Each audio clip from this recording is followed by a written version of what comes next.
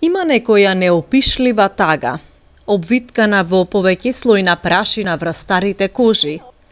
Во мирисот на материјалите во звуците на старата машина за шиење и чукот кој ги заковува клинците врз кожата и дрвото.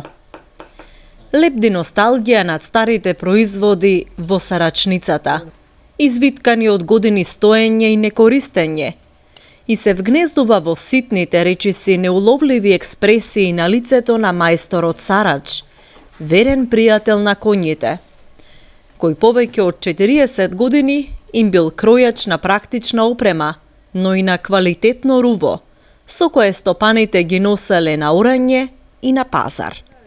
Занаато едно време имаше работа многу нагло, ние од него живееме. Подешто живееме имаше у секо село имаше по 300 кујки, 300 којна беше. Сега се намалени многу нагло. У село има сега 5 којна, нема 300 којна и за тоа се намалува.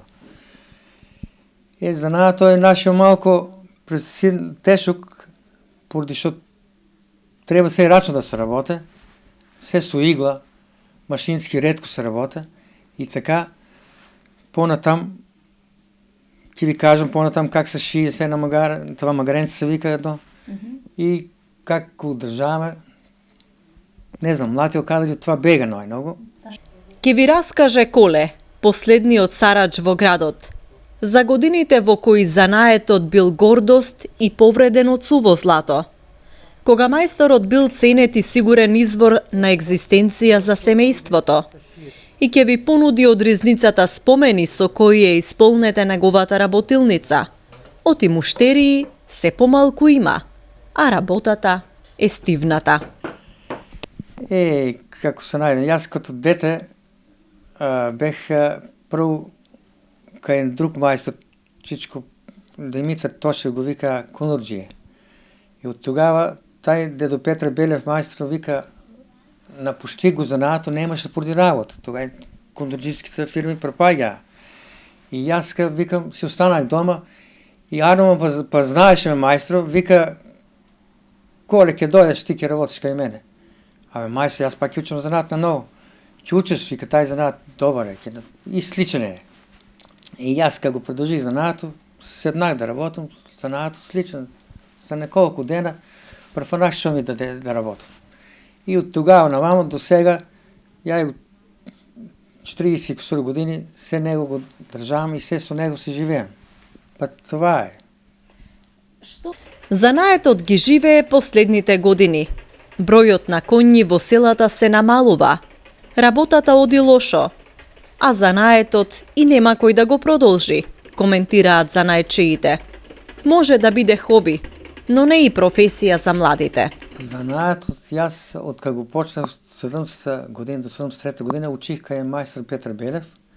Од тогава на вама имаше многу работа. Сега од 2000 година на вама, што занаато полека изумира. Од што изумира? Од што изумира намалува ти коњето. Од друго што нема кој да ги работи занаето, нема подмладок, нема калфин, нема друго. И така, занаето сега ќе препадне поради што нема млад кадар. И јас оште додека можам, ќе го одржавам. Понатам ќе видам как ќе стане занаето. Дали ќе имам син. Ако може, он го научи добро занаето. Ако сака да го продолжи, добро е. Ако не, ќе си препадне и така занаето нема кој да го одржава. Сарачницата на Коле е вистински дневник на еден долг занаетчиски живот. Дел од фолклорот на струмичани. Убава спојка на градскиот и селскиот живот во последните неколку децении од 20 век. Испреплетени, зависно и нераскинливо поврзани приказни. Сарачкиот занает е уметност која се впива со очи и уши, толку практична и дел од секојдневието кое за жал се повеќе му припаѓа на минатото.